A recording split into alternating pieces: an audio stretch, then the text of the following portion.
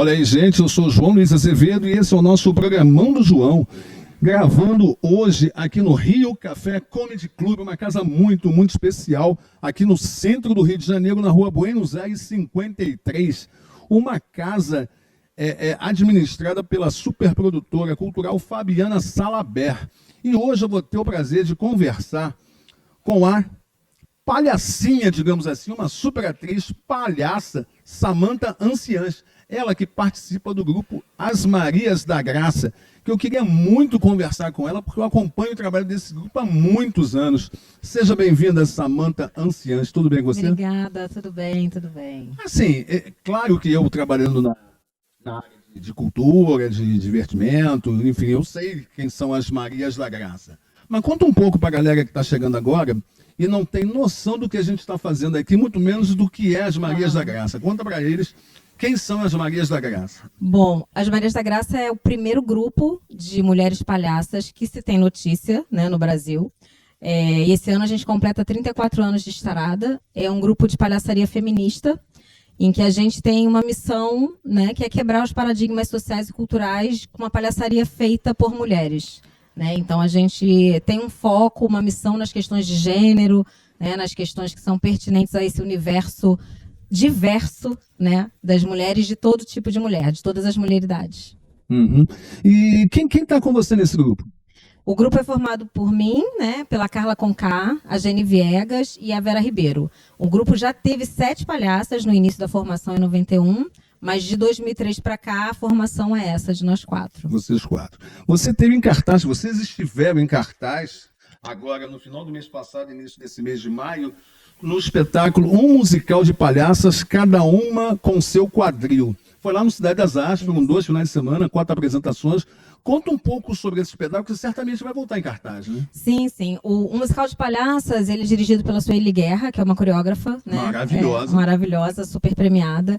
E a gente, assim, quando viajava, a gente viaja muito, né? E aí, às vezes, nas vans, a gente sempre brinca de cantar, de fazer coisas, a gente sempre teve essa vontade de fazer um musical, né? E ficava falando sobre isso, até que em 2016 a gente conseguiu, através de um edital, ganhar, né, esse edital e fazer esse espetáculo. Então ele estreou, na realidade, em 2016, e aí a gente veio fazendo ele até que esse ano de 2025 a gente fez uma remontagem, com novas cenas, com novo figurino do Rui Cortes, com algumas coisas novas de cenário, introduziu coisas novas, deu alguma mudada nele e fez essa reestreia esse ano.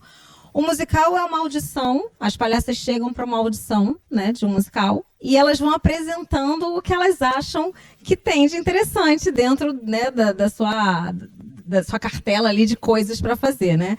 Então a gente canta algumas referências de cada uma, né, individualmente, e a gente traz também referências de filmes, né, de cinema, e trabalha com temáticas como a violência doméstica, por exemplo, através da apresentação de Chicago, né? A gente traz a cena das mulheres, no momento em que elas estão presas ali na grade, e a gente vai abordando esses temas. A gente fala sobre a questão do padrão, né? Porque palhaças num musical, os musicais no teatro você tem uma restrição de idade, tem algumas questões, né? Então a gente vai falando também sobre essa temática, sobre as restrições de idade, sobre as restrições de perfil, né? E também introduz o tema da violência doméstica, que é um tema que a gente trabalha, porque nós somos também um ponto de cultura estadual que trabalha com a oficina de palhaçaria para mulheres em situação de violência. Legal. Quando a gente imagina um espetáculo de palhaços, né, a gente costuma chamar, não de forma pejorativa, de palhacinhas, né, a gente imagina um espetáculo infantil para as crianças. É o caso de vocês? Me parece que não, né? Então, eu particularmente... Até pelo horário, 19 horas. Não, e eu, assim, com todo respeito, não me chame de palhacinha, que se tem uma coisa que eu não sou, é palhacinha, entendeu? E muito menos coisa de palhaço, né? Não, eu sou palhaça. E assim, é muito interessante. Ontem mesmo, preenchendo uma ficha no oftalmologista, a secretária levou um susto quando ela perguntou a minha profissão. Ainda hoje, né? São pessoas que não conhecem ainda, né? Mas essa você coloca profissão. o quê quando vai? Palhaça. É a minha profissão principal, né? Eu sou atriz de formação, sou produtora, atuo com outras frentes, mas a minha profissão principal é a palhaçaria mesmo, né? Legal. Então, enfim. E é aquela que já falou tanto que esqueci a pergunta. Não, eu te perguntei sobre a questão que normalmente as pessoas limitam sim, a questão o da palhaço para a criança, então, não é o caso. Eu acho que existem diversos tipos de palhaçaria, né? Eu acho que tem pessoas, palhaços que atuam para todos os públicos. No caso das Marias da Graça, a gente tem essa questão do gênero, a questão do feminino, a questão das questões feministas. Então, a gente tem espetáculos para toda a família, a gente não tem espetáculo infantil, a gente tem espetáculo para toda a família. O Tem Ariano Maiô, por exemplo, que é o primeiro espetáculo do grupo, que foi criado em 92, é um espetáculo para toda a família. E ele é um espetáculo que gerações assistiram. Então, assim, pessoas que levaram os filhos, que hoje já levam os netos para assistir o espetáculo, né? A gente tem o Pra Frente Marias, que também é um espetáculo para toda a família, e aí a gente vai tendo os outros espetáculos, por exemplo, Isabelinha, que é 14 anos, o musical, que é 16, por conta do tema. Nenhum dos nossos espetáculos tem uma impropriedade. Não pode entrar porque é impróprio. Não é isso, é porque a temática não é para aquele público. Se ele for, ele vai entender de alguma maneira, vai rir de algumas coisas, mas não é o tema, né, para uma criança, por exemplo, né? Mas é isso, assim, a gente não atua para a criança especificamente, mas tem os espetáculos que são pertinentes a elas e que a gente gosta de dizer que é para toda a família. A arte do palhaço, ela é universal e é eterna? Eu acho que a palhaçaria é universal e eterna. Eu acho que sim. Eu não me vejo fazendo outra coisa, assim. Eu me vejo, se eu chegar até, né, aos 80, 90 anos, eu me vejo continuando atuando como palhaça. E isso é muito interessante, porque nesse espetáculo do musical, a gente fala também sobre essa questão, né, do etarismo. Porque eu vou fazer 50 anos, a Carla vai fazer 60, a Geni já tem mais de 60, tem 61. Então, assim, são mulheres maduras que estão ali em cena, mostrando esses corpos, né, mais maduros e cantando, dançando, sapateando, sendo palhaça, né, fazendo humor sobre aquela temática ali. Então a gente também transita dentro do universo. A gente fala muito sobre a gente, né? A palhaçaria, ela é a sua verdade, a sua essência. Então é a partir de você sempre. Então a gente traz também essa maturidade para a cena, né? Então eu me vejo velhinha fazendo isso aí. Legal. Assim, ainda hoje tem, você acabou de citar, preenchendo uma ficha, as pessoas se surpreendem quando você coloca palhaço. Até hoje a gente ainda vê muito preconceitos ao trabalho do palhaço, ao circo, aquela coisa, vai virar um circo, ou isso é palhaçada. Como é que vocês veem esse tipo de preconceito? É horrível, né? Ou não veem dessa forma? Vê. Eu acho que assim, as pessoas não têm ideia do que elas falam, né? Assim, é o senso comum, é o que todo mundo fala e só se repete. As pessoas não param para pensar, né? Eu acho que tem essa questão aí. Quando você só repete uma expressão, porque já é usada há muitos anos. Ok, é usada há muitos anos, mas vamos parar para entender.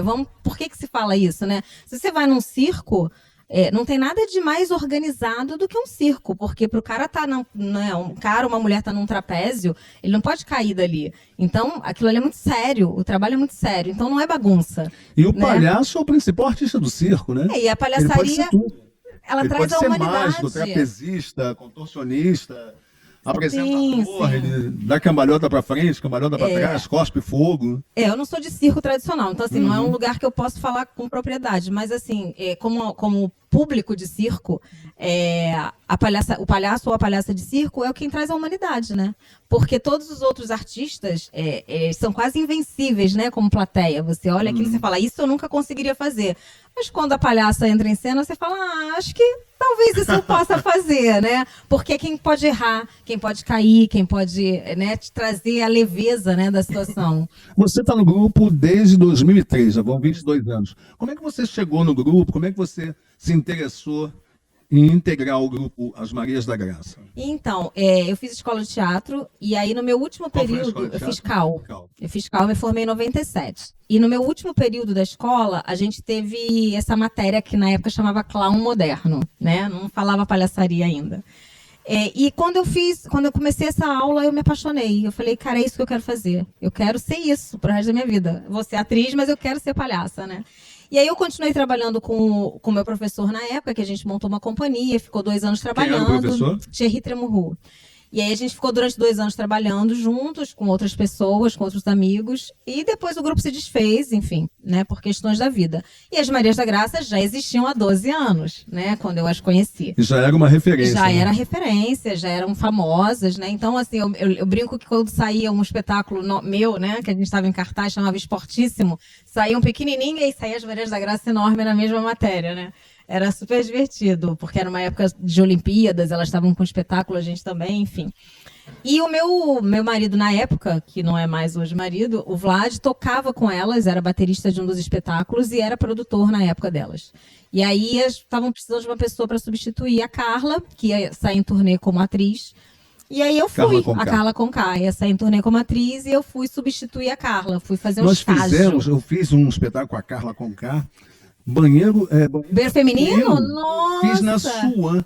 Elas faziam sucesso no Cândido Mendes e eu fazia frente, né? Produção local na Suan em Bom Sucesso. Gente! E isso foi em 93, 94. Né? Foi uma maravilha. E assim, ali a vida mostra muita coisa pra gente, né? A gente tem 32 anos.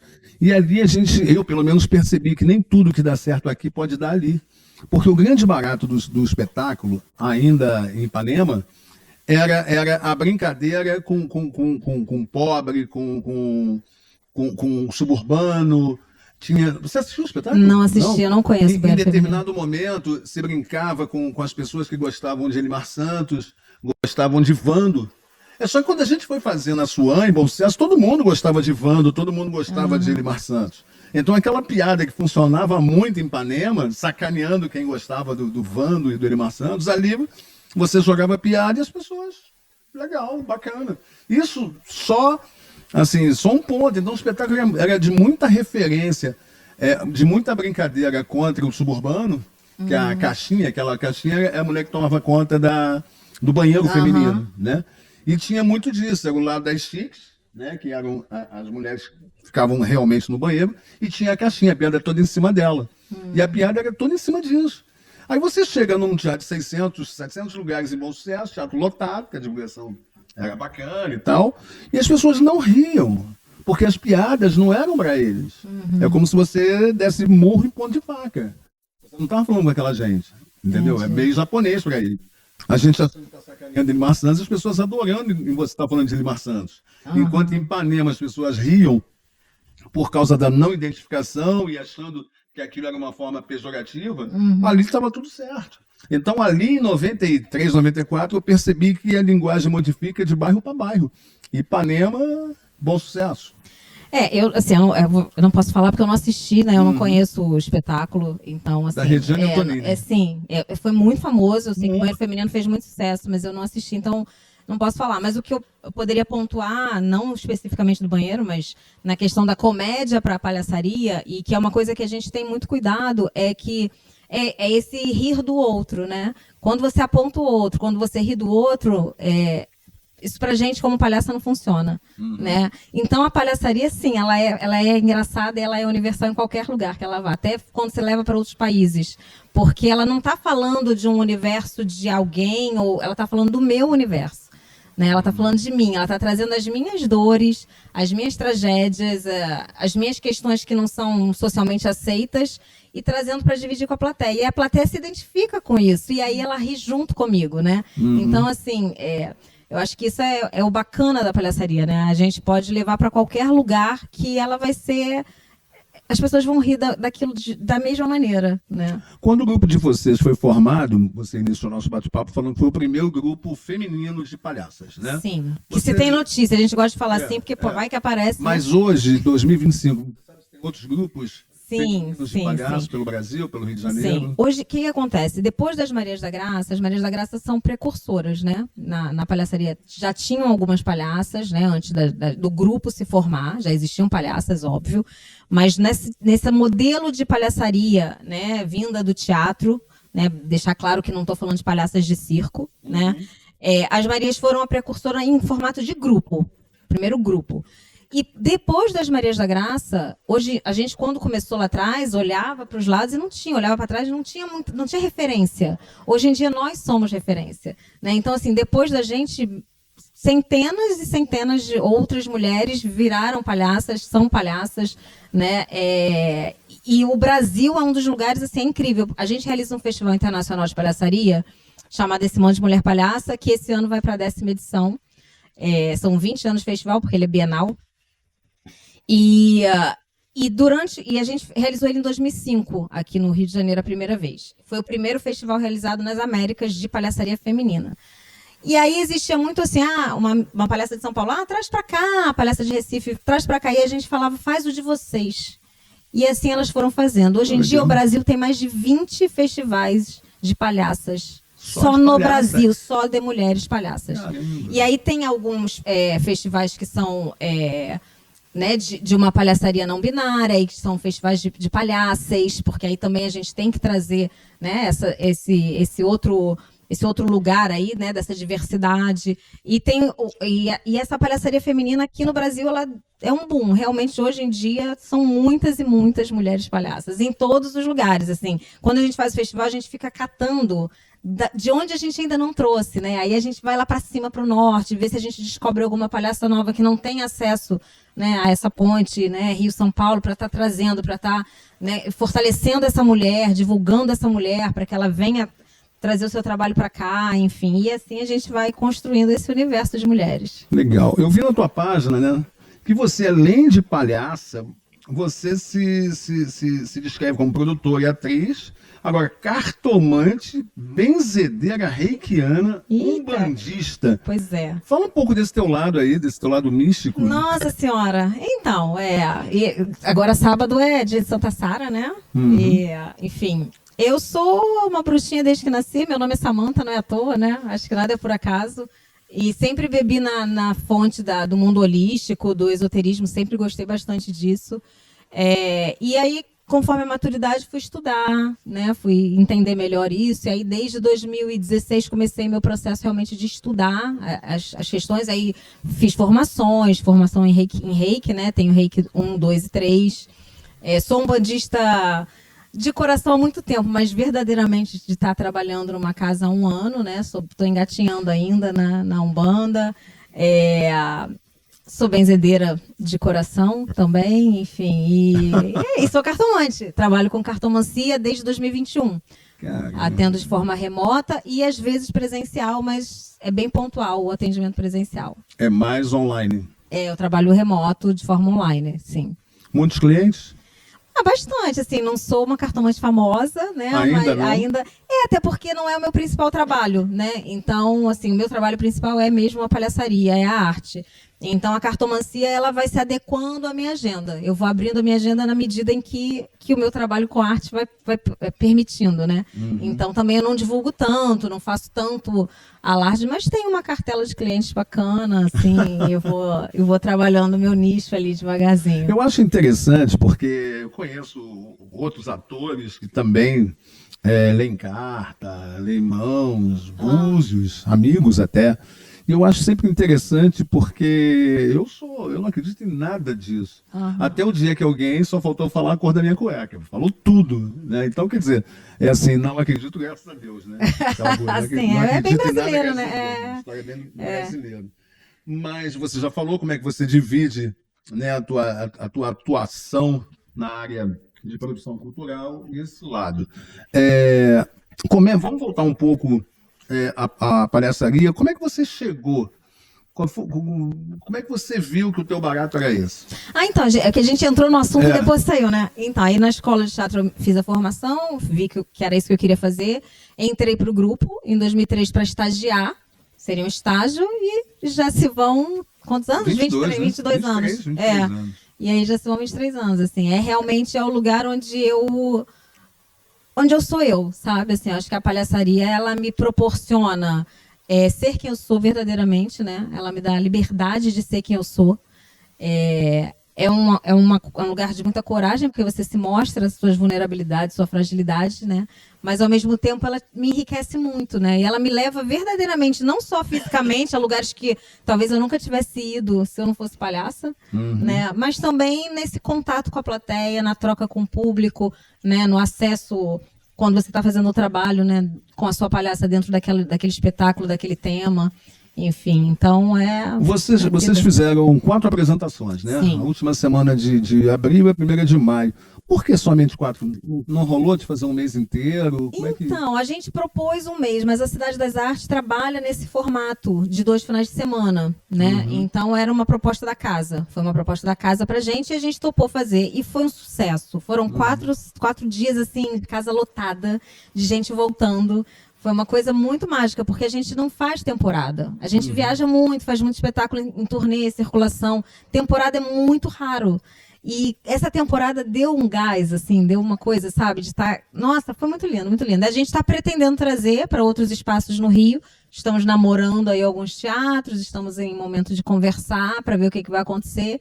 Mas com certeza a gente quer fazer o musical ainda esse ano aqui no Rio. Ano. Sim. Legal.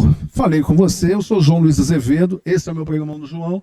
Eu acabei de falar com a Samantha Anciães, do grupo As Marias da Graça. Que bom falar com você. Obrigada, foi ótimo. Muito ótimo. Obrigada pelo convite.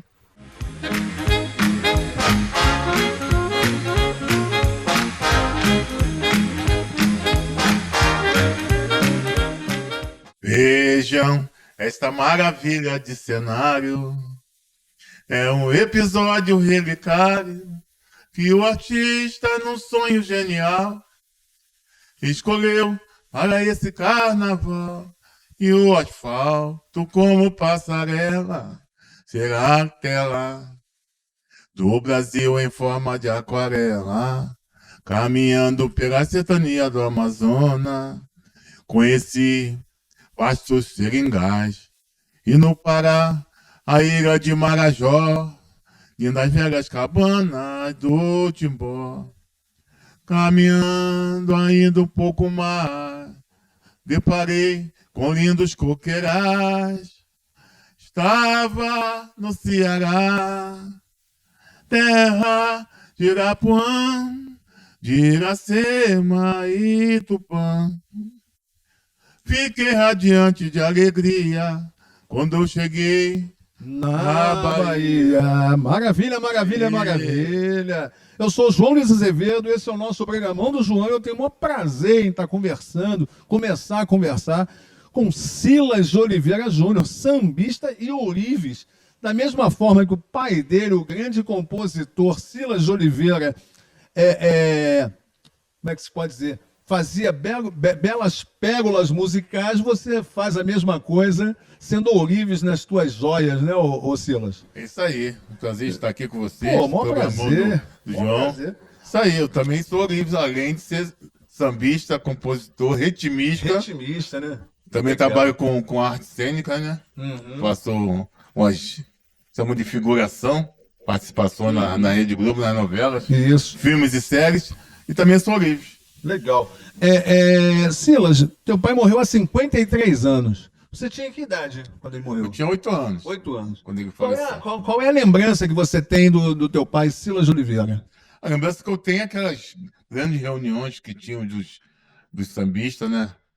Dele em eventos, levava a família toda, levava para a Festa da Penha, levava para a religião dele, que era racionalismo cristão, que eu de vez em quando também vou lá. Morava em que bairro? Nós morávamos na Penha, Na Penha, né? que nós morávamos no Morro da Serrinha, aí fomos morar atrás de uma escola onde minha mãe trabalhava em Vaz Lobo, onde foi o auge dele ali nos anos 60. Aí depois ele conseguiu, intermédio do meu padrinho, o grande jornalista José Carlos Rego, que trabalhava na SEAB, na época, na Coab, a antiga Coab. Coab. Aí arrumou um apartamento para ele financiado. Aí nós legal. fomos morar na Penha. Ele foi um dos fundadores do Império Serrano. Foi. Mas ali você não estava. Não. Foi bem antes de você. Foi em 1946 para 47. Eu não tinha nascido, não. Não estava nem em projeto. Nem projeto. Conta um pouco, assim, o Silas, né? Você acabou de cantarolar o grande sucesso dele, que foi Aquarela Brasileira. Isso, na verdade, não é nem uma música, isso é um hino, né? Se tornou um Se tornou samba um hino. conhecido Um dos sambas mais nacionalmente, até conhecidos. mundialmente, né? Até mundialmente, gravado por muita gente bacana. Esse é mesmo. Conta um pouco pra gente, como é que... você já falou, né, da tua lembrança em relação ao teu pai, mas conta quem eram essas pessoas que cercavam o teu pai, quem eram essas pessoas, esses artistas que se reuniam em torno dele e você conheceu naquela época, ainda com 8 anos. Eu cheguei a conhecer, que é muito lá em casa, agora que tem o Aloysio Machado, compositor do Império, Mano Décio da Viola, Mestre Fuleiro, Martim da Vila também é lá em casa. A Nália, que foi a primeira esposa do Martim da Vila, a mãe das filhas dele, cantava muito bem. era muito amiga da minha mãe. O pessoal da Mangueira ia lá em casa. Meu pai também ia muito da Mangueira. Conheceu Cartola? Eu conheci o Nelson Cavaquinho, que eu conheci mais. Que meu pai Carlos era muito- Cachaça Carlos também? Cachaça conheci também pessoalmente.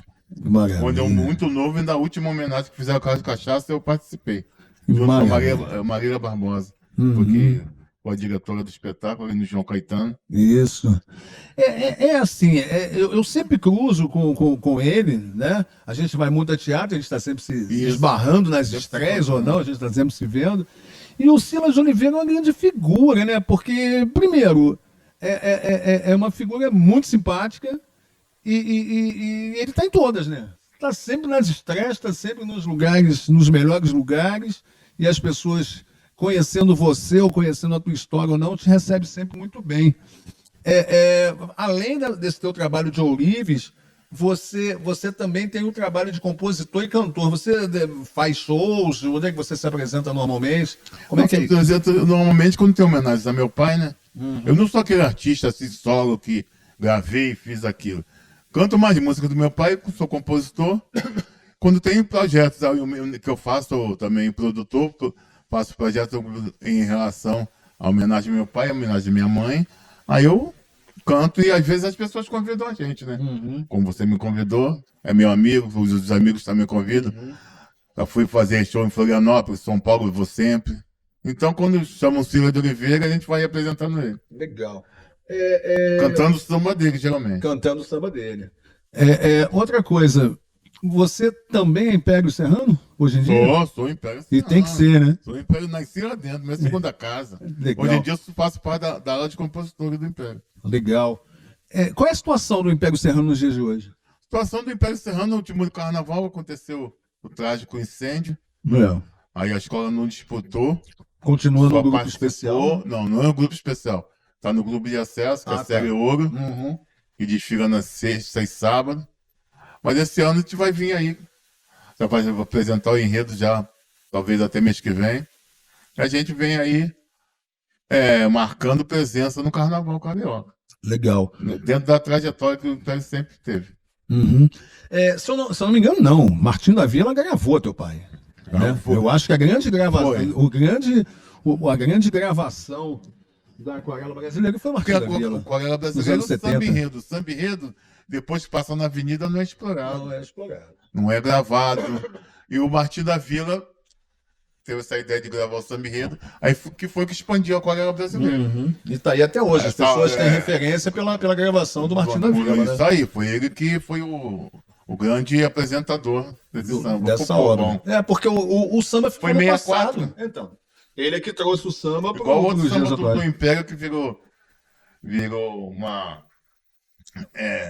um grande sucesso sem ter até ganhado, sem ter passado na avenida. Que o Alberto Vieira gravou, que é o Estrela de Madureira. E no vento e luz do parque, a exaltar a sua arte. Esse foi um samba que perdeu dentro do Império, na disputa. Zaquias Jorge? É isso Zaquias aí, Jorge. isso aí. Perdeu e o Roberto Vieira gravou e virou sucesso. Caramba. Então é muito samba que se perde nessa disputa de samba enredo. Tem um samba da Portela, não sei o que, da Vaidade, que a Helena Pittman gravou. Ela transformou um samba enredo de 92, não sei bem, numa canção de MPB. Isso aí. Ela Os grandes têm essa capacidade. ela Roberto Vieira, da Vila, e no caso da Helena Pittman, ela começa não cantarolando, mas falando a letra, e já na segunda parte ela emenda, é quase um samba jazz.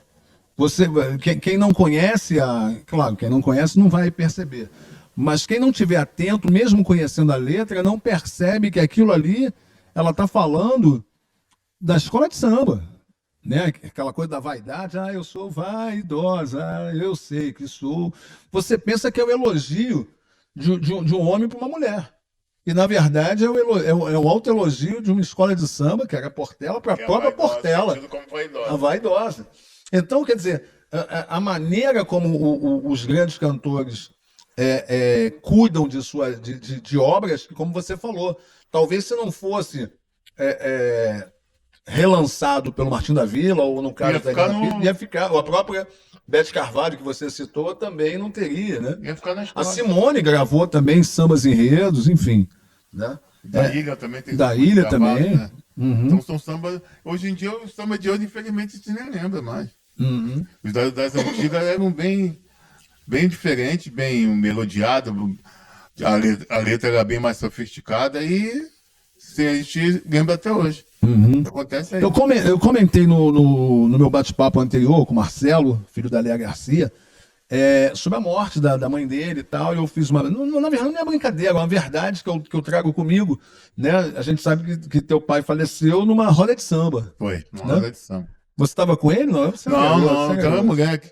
Ele tinha saído para correr atrás de uma grana, estava dependendo da grana para pagar comprar uns lances dos livros lá para minha irmã.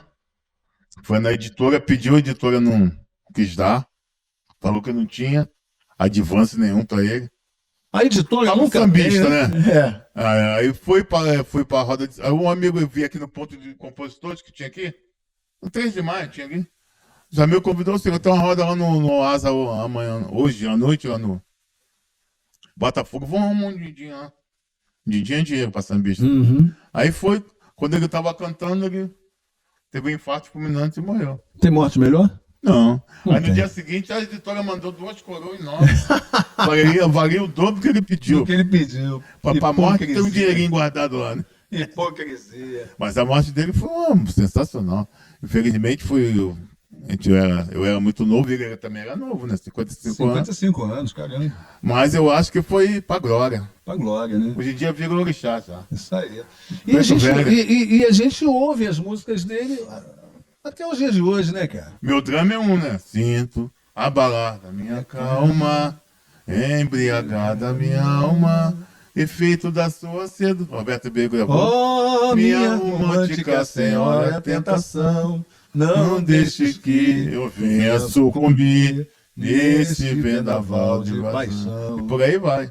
Hoje em Jamais dia tem um samba pensei em dele. minha vida. Isso. Tu lembra? É por aí, é por aí. Hoje em dia tem um samba dele que todas as rodas de samba aí tocam. Qual? O samba até que se a Rádio Patrulha chegasse aqui agora, seria uma grande vitória. Ninguém poderia correr. Agora que eu quero ver, quem é malandro não pode correr. Resistência e coragem não lhe ofereço. Quando ela chega, impõe respeito, não oferece preço.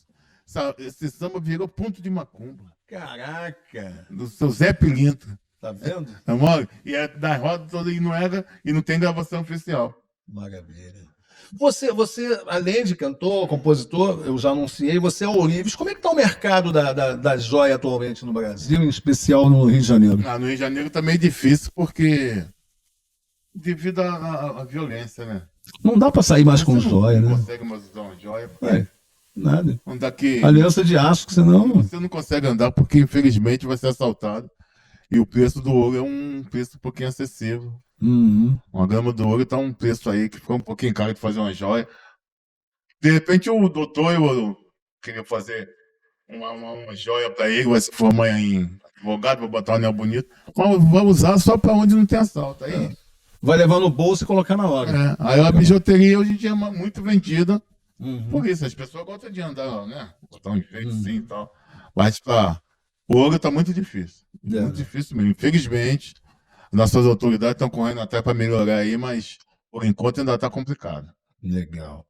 É isso. Quer deixar algum recado, um telefone, uma tua página no Instagram? A página no Instagram é Cília de Oliveira Júnior. E também temos o site Cília de Oliveira Samba e Carnaval. Onde eu boto a história do meu pai, tudo de carnaval também, da atualidade do carnaval, no Rio de Janeiro e São Paulo. E nosso Instagram é Cília de Oliveira Júnior. Legal. Quero pedir para a gente terminar o programa de hoje, o nosso programão do João, você cantando os 5 bailes da história do Rio. Esse samba é curioso, que foi o samba que, quando foi a primeira compositora mulher, Dona Ivone Lara foi parceira do meu pai nesse samba. Então o samba começa assim: Carnaval, doce ilusão, tem um pouco de magia, de perfume e fantasia, e também de sedução. Quero sentir nas asas do infinito minha imaginação.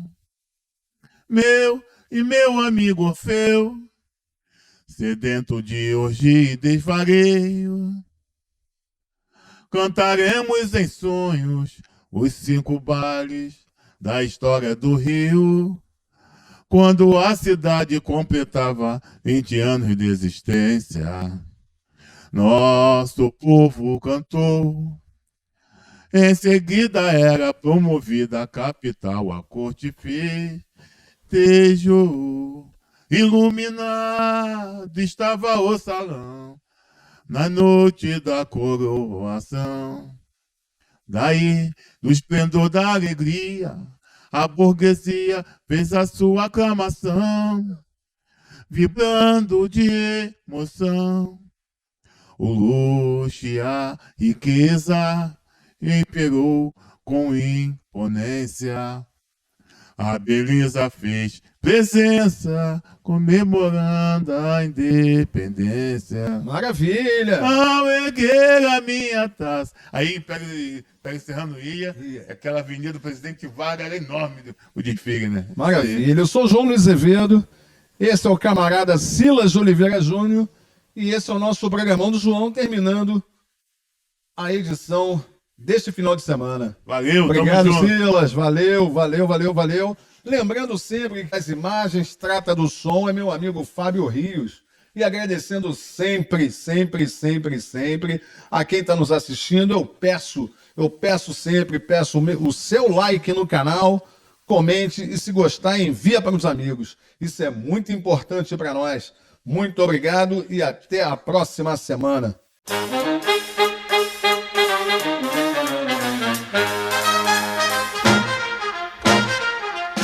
Oi, gente, tudo bem com vocês? Eu vou estar no Centro da Música Carioca Arthur da Távola, fazendo um show chamado Rosana Sabença, Flor da Canção.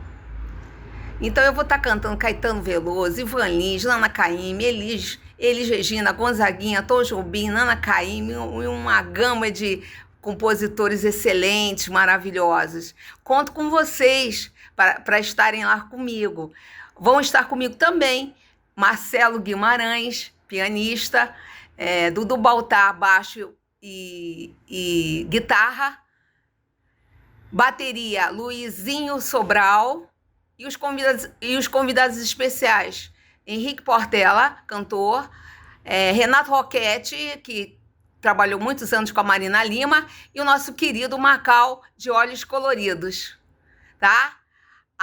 O Centro da Música Carioca Arthur da Távola fica na Conde de Bonfim, 824, na Tijuca. Às 19 horas eu tô lá, hein? Sexta-feira, dia 30 de maio, com Rosana Sabença, Flor da Canção. Beijos! Galera, domingo, dia 1º, agora, vai ter o Arraiá do Renascença. E, pessoal, é o primeiro arraiá do ano aqui no Rio de Janeiro, logo no primeiro dia de junho. Pois é, galera, a partir das 14 horas vai rolar forró, quadrilha e muito samba lá no Renascença, no Andaraí. Tem até concurso de fantasia. Vão ter barraquinhas com moda e também comida típica. E área kids também. A entrada é gratuita com ingressos lá no Simpla. Olá, amigos. Aqui é o cantor Vladimir Cabanas e dia 8 de junho, às 8 horas da noite, estarei no Teatro Brigitte Blair, cantando sucessos dos grandes ícones românticos da MPB, Calbi Peixoto, Altemar Dutra e Aguinaldo Timóteo. Cantarei sucessos como esse aqui. Conceição, eu me lembro muito bem, vivia no morro a sonhar com coisas que o morro não tem. Conto com vocês, até lá!